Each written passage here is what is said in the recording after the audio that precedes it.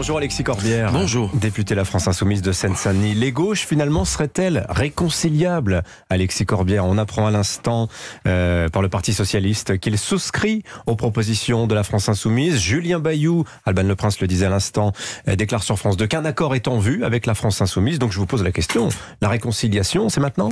On a bien travaillé, le travail n'est pas fini. Il y a des équipes, et je tiens à les remercier, qui travaillent d'arrache-pied depuis notamment dimanche dernier. On est vendredi, donc tout ça prend le temps qu'il faut, mais c'est une discussion sérieuse. Et effectivement, j'ai là le document et j'imagine qu'il va circuler maintenant. C'est 4 pages. Le Parti Socialiste a répondu aux points qui pour nous étaient importants pour engager une discussion politique. Nous, on veut pas des choses. Programme, les points de programme. Ouais. On parle programme là. On parle programme. On parle idée. On parle projet pour le pays. On parle comment on change la vie concrètement pour les gens qui nous parlent. On parlera circonscription après. La cuisine, la tambouille. Je dirais, c'est ça qui sature tout le monde. Évidemment, tout ça aura des conséquences parce qu'il s'agit à partir de créer une dynamique politique dans laquelle chacune des forces est respectée, se retrouve. Et nous prenons l'engagement, évidemment, nous l'avons dit, que chaque force aura un groupe parlementaire. Et nous voulons par ailleurs créer une architecture un peu nouvelle avec un intergroupe, si nous sommes majoritaires, dans lequel ces groupes puissent discuter, et même un nouveau cadre politique. On appelait ça une fédération, confédération, mais dans le cadre ce que nous appelons l'union populaire, c'est-à-dire la possibilité d'avoir des lieux de débat politique et de régulation politique qui ne sont pas que des rapports de force brutaux tels que c'était pas souvent conçu par le passé. Alors c'est la gauche plurielle Non, justement. La gauche plurielle, souvent, c'était en gros, il y avait un truc hégémonique qui était le PS, qui satellisait les gens, qui leur donnait quelques miettes, et puis c'était un parti tout seul qui décidait. Là, c'est pas le cas. On veut discuter politique. Écoutez quand même, sans rentrer, enfin, on peut rentrer d'ailleurs dans le détail, le document du Parti Socialiste, qui dit qu'il est d'accord avec nous pour avancer vers la retraite à 60 ans. C'est formidable pour les gens. Le Parti Socialiste qui nous dit, ensemble, on peut faire un SMIC à 1400 €. Bravo. Le fait qu'il s'engage avec nous à travailler au rétablissement de l'ISF, une fiscalité plus juste, à aller vers une 6e République, à être vis-à-vis de l'Union européenne, parfois sur certains traités, en capacité de non-application. Nous, on appelle ça la désobéissance. Tout ça montre qu'il y a une volonté politique d'avancer. Je signale quand même un bémol sur l'Europe. Dans le communiqué, il est écrit « Nous refuserons de mettre en danger la construction européenne ou de laisser s'installer une fracture entre la France et l'UE ». Autrement dit, le principe de désobéissance que vous prônez, il est quand même conditionnel à lire la déclaration. Mais le même, si vous voulez, on peut en faire une lecture qui est quand même que, effectivement, et à ne pas respecter certaines règles. C'est à montrer bien qu'il y aura des points qui nous sembleront, s'il faut désobéir, pour créer effectivement, au sein de cette Union européenne, de nouveaux rapports de force. C'est ça qui est intéressant. C'est-à-dire que nous sommes la souveraineté nationale, la souveraineté populaire qui s'exprime politiquement ne peut pas être remise en cause par des règles au niveau de l'Union européenne. Donc tout ça, c'est une tension, ça s'appelle faire de la politique, évidemment, et c'est assez intéressant, c'est assez nouveau, et je me félicite que, quelque part, c'est grâce aux résultats sortis des urnes, à notre volonté politique, aussi, que tout ça puisse avoir lieu, ce qui semblait extrêmement difficile. Alors évidemment, ça ouvre des débats. Je suis pas en train de dire que c'est... D'ailleurs, je suis pas en train de dire non plus que tout ça est totalement achevé. C'est une discussion sérieuse, faut vérifier des points, mais moi, je trouve que c'est noble, que d'abord, on commence par le débat politique entre nous. Je veux dire, les gens avec qui nous discutons au PS sont des gens sérieux, qui ont pris cette discussion au sérieux. J'ai observé d'ailleurs que ça a occasionné certaines discussions chez eux. On les prend... moins. Oui, c'est Vous avez entendu François Hollande, Stéphane Le Foll à ce micro hier dire ça n'est pas une option finalement. Oui, non mais Hollande, quand il parle de Mélenchon, j'ai l'impression que son slogan c'est mon ennemi c'est la finesse, quoi. Franchement, s'il est caricatural toujours, à l'entendre d'ailleurs, tout le monde a tort, sauf lui. Fait bon, je crois qu'il y a un processus au PS de dé-hollandisation, c'est leur affaire, et je comprends que des gens qui ont la responsabilité de ce parti, voyant d'ailleurs ce qui est sorti des urnes, ne voulant pas accabler seulement Madame Hidalgo, si elle fait ce score, ça n'est pas sa faute, c'est aussi le bilan, sans doute, de ce qu'a fait François Hollande. Ils ont envie de rentrer dans un nouveau cycle. Nouvelle époque, nouveau programme, j'ai envie de dire, nouvelle stratégie, c'est normal. Ou alors, on est uniquement dans la répétition de figures du passé, qui amène quoi? À ce que des gens du PS le quittent pour rejoindre Emmanuel Macron. Mais il y a des gens qui veulent rester socialistes, du moins au Parti Socialiste. Alexis Corbière, au-delà de s'entendre avec vous, les différentes formations avec qui vous discutez, est-ce que vous les croyez capables de s'entendre entre elles? Je cite par exemple le NPA qui déclare être très hostile à l'idée d'un accord avec le PS. À ce stade, le NPA, vous n'avez pas signé avec eux. Non, mais on discute avec tout le monde. Moi, je suis pour une alliance qui va du NPA au Parti Socialiste. Mais qu'est-ce qui va se passer quand, par exemple, on se posait des questions très concrètes sur le nucléaire, par exemple? Vous voulez en sortir, mais les communistes et socialistes, non. Mais c'est pourquoi on a une discussion qui a lieu et actuellement, qui a un document, j'invite à le lire, notamment que nos partenaires socialistes viennent d'émettre, qui est un texte sérieux, qui avance sur des points. C'est aussi le cas d'Europe Écologie Les Verts. On discute aussi avec les communistes. Ceux qui trouveront ça insurmontable ne viendront pas. C'est pas le sujet. C'est quoi la discussion? La discussion, c'est que suite à cette élection présidentielle, ce qu'on a observé, c'est qu'il y a 3 blocs de taille peu ou prou égale. Certes, Emmanuel Macron est arrivé en premier. Vraiment, égal. Vous pensez 27%, 24%, 21,9%. D'accord. Tout de même, et quand on regarde les projections de sièges, je sais ce que vous allez me dire. Les projections de sièges, vous allez me dire, c'est mouvant, ça ne tient pas compte des dynamiques. Voilà. Mais donc je dis c'est mouvant et ça ne tient pas compte des dynamiques. Mais au stade actuel des choses, on voit que le bloc de gauche, ce serait une centaine de sièges, peu ou prou la même chose. Je ne sais pas de quoi vous le tenez, cet élément, parce que vous n'en savez rien.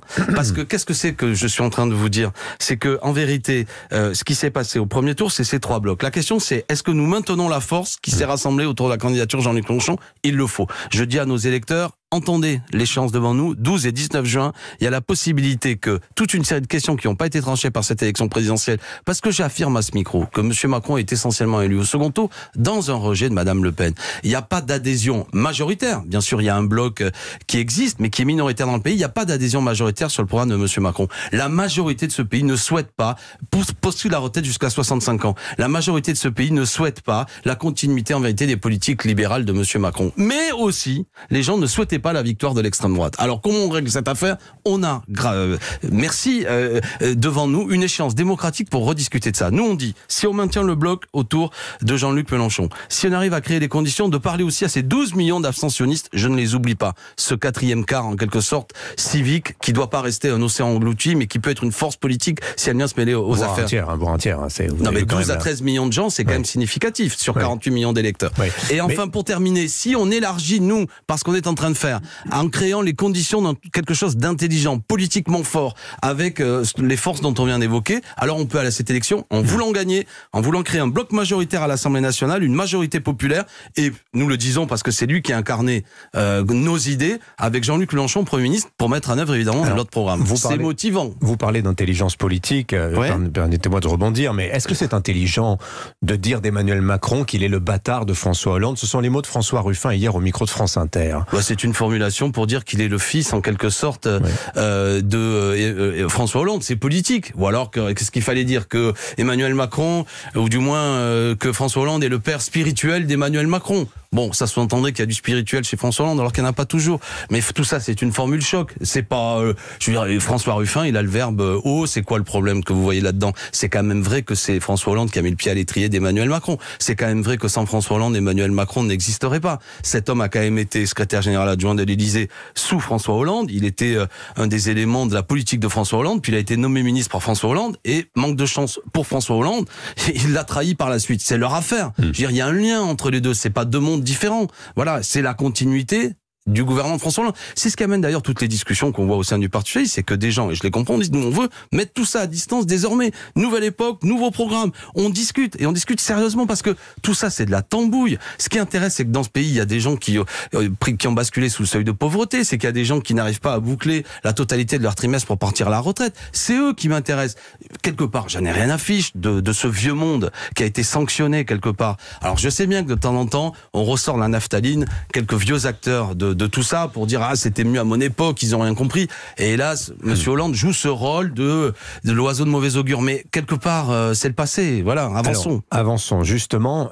Vous dites tout à l'heure, vous dites à l'instant, Alexis Corbière, qu'une majorité de Français ont voté pour Emmanuel Macron par rejet de Marine Le Pen, mais qu'il n'y a pas d'adhésion autour de lui. Je vous cite les chiffres du baromètre IFOP fiducial. Je tiens à dire que c'est pas une majorité de Français, c'est seulement 38% des électeurs inscrits. Il n'y a pas de majorité. Quand nous disons qu'il est mal élu, je ne dis pas qu'il n'est pas président de la République, mais je dis c'est objectif. D'ailleurs, Philippe Val, tout à l'heure, au-delà de toute une série de méchancetés et de mensonges, ça n'est pas vrai que Emmanuel Macron est un des mieux élus ou je ne sais trop quoi. Il est objectivement, dans l'histoire de la Ve République, chiffre à l'appui, par rapport au nombre d'électeurs inscrits, un des plus mal élus. Le deuxième après Georges Pompidou en termes Alors attendez, j'arrête, parce que vous dites Georges Pompidou, à l'époque où il y avait deux candidats de droite, Alain Poher, Georges Pompidou, et toute la gauche et la moitié des électeurs avaient boycotté ce second tour. Donc, il est le plus mal élu. Voilà, c'est objectif. Baromètre IFOP fiducial, chiffre de ce matin. Question posée. Que souhaitez-vous à l'issue des législatives ? 67%, donc 2 électeurs sur 3, enfin 2 personnes interrogées sur 3, veulent une majorité d'opposition à l'Assemblée et imposer une cohabitation. Très bien. Mais à la question, souhaitez-vous Jean-Luc Mélenchon comme Premier ministre ? 35% seulement de oui, 65% de non, donc 44% de non, pas du tout. D'accord. Donc 35% de oui, et je pense que l'on compare à tous les autres non, c'est sans doute celui qui arrive en tête. Donc c'est plutôt bon signe. Alors, la campagne n'a même pas commencé. Il n'y en a pas d'autres testés. Justement. Alors donc tout ça ne sert à rien. Parce que sans aucun doute que celui qui va être nommé Premier ministre dans quelques heures, selon le fait du prince par Emmanuel Macron, il fait à peu près 0 dans cette étude d'opinion. De vous à moi, tout ça, ce qu'il y a de choquant, c'est que vous êtes journaliste et vous attendez qui le prince va désigner comme Premier ministre. C'est-à-dire que pour l'instant, les Français ne savent même pas qui va diriger ce gouvernement. Moi, je leur dis, tout ça n'est pas simple. Mais c'est pas le jeu des institutions, Alexis Corbière ? Les institutions, c'est la monarchie présidentielle. Parce que vous réinterprétez la Ve République en disant « élisez-moi Premier ministre ». Ce n'est pas le fonctionnement de la Ve République. Pourquoi ? Alors, à quoi servent les élections législatives ? On n'a qu'à les annuler. À quoi servent d'élire le président de la République au suffrage universel si on élit le Premier ministre ? On n'a qu'à les annuler. Précisément, le jeu de l'élection présidentielle crée les conditions d'un second tour d'où est exclu la moitié des électeurs. Vous l'avez peut-être remarqué, la moitié du corps électoral s'est fait éliminer à ce second tour.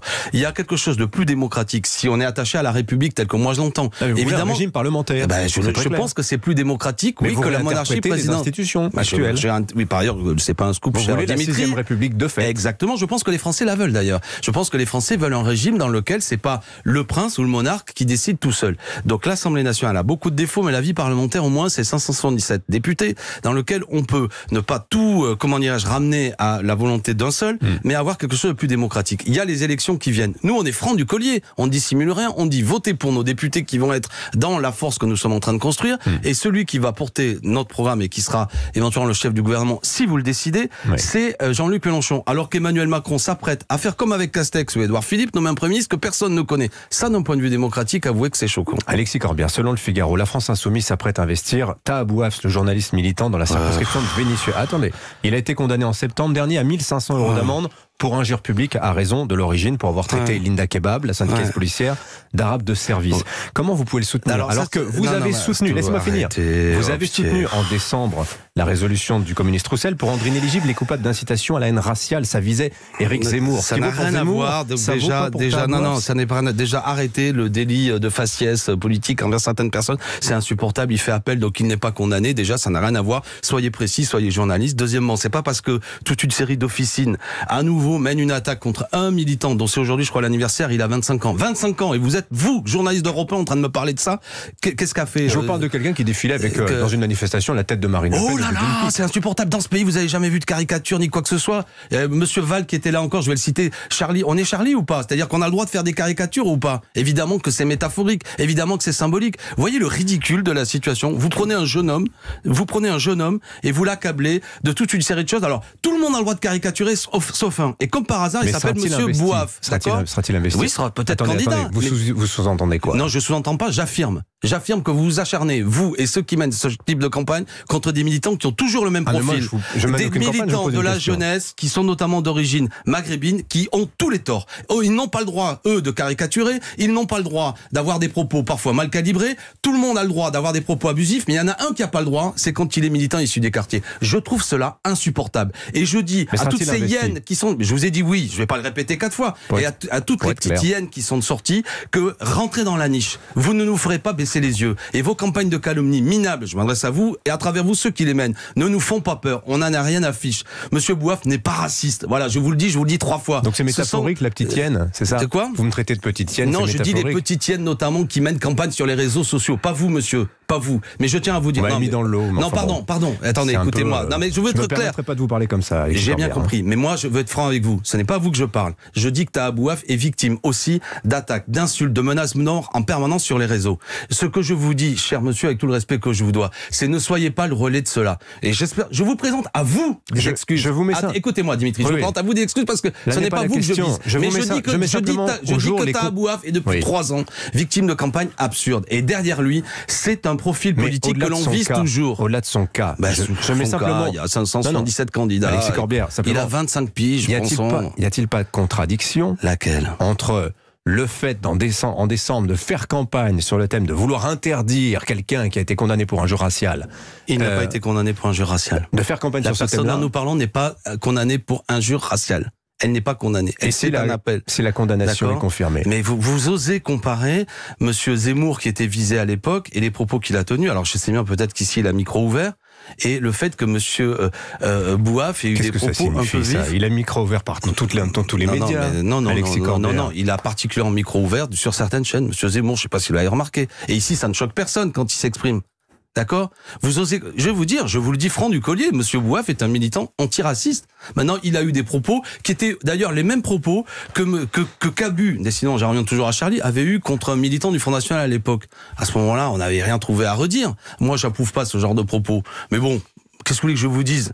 Non, mais ce que je suis en train de vous décrire avec verve, c'est qu'on a un programme pour le pays. On veut aujourd'hui la retraite à 60 ans, augmentation du SMIC, défense des services publics, des mesures écologiques, et on va chercher, trifouiller dans les 577 candidats sur ce qu'a fait telle ou telle personne il y a 2 ou 3 ans. Que par ailleurs, j'approuve pas en soi, je m'en fiche. Mais je vous dis, prenons de la hauteur par rapport à ce débat. Et là où je prends la défense de Monsieur Bouaf, c'est que là, par contre, depuis 3 ans, il est victime sur les réseaux sociaux d'attaques incessantes, d'insultes, d'injures, alors que ce monsieur, vous en doutez. On reste de son côté. Pardon, non, mais d'accord. Mais enfin, voilà. Je veux dire, je vous ai jamais vu prendre sa défense quand il est menacé de mort. Ça, c'est normal. Et pour terminer, avec tous les défauts qui sont les siens, c'est quand même celui qui a permis de déclencher l'affaire Benalla, que aucun journaliste n'avait pu être là. C'est celui qui, notamment, a dénoncé des victimes, des violences policières contre des gens. Merci, c'est quelque part, à sa façon, il fait du boulot. Donc, allons à l'essentiel. Et s'il vous plaît, arrêtons ces genres de petites histoires qui ne m'intéressent pas et qui rabaissent la vie politique, selon moi. Merci, Alexis Corbière. Merci. J'espère que chacun qui m'a écouté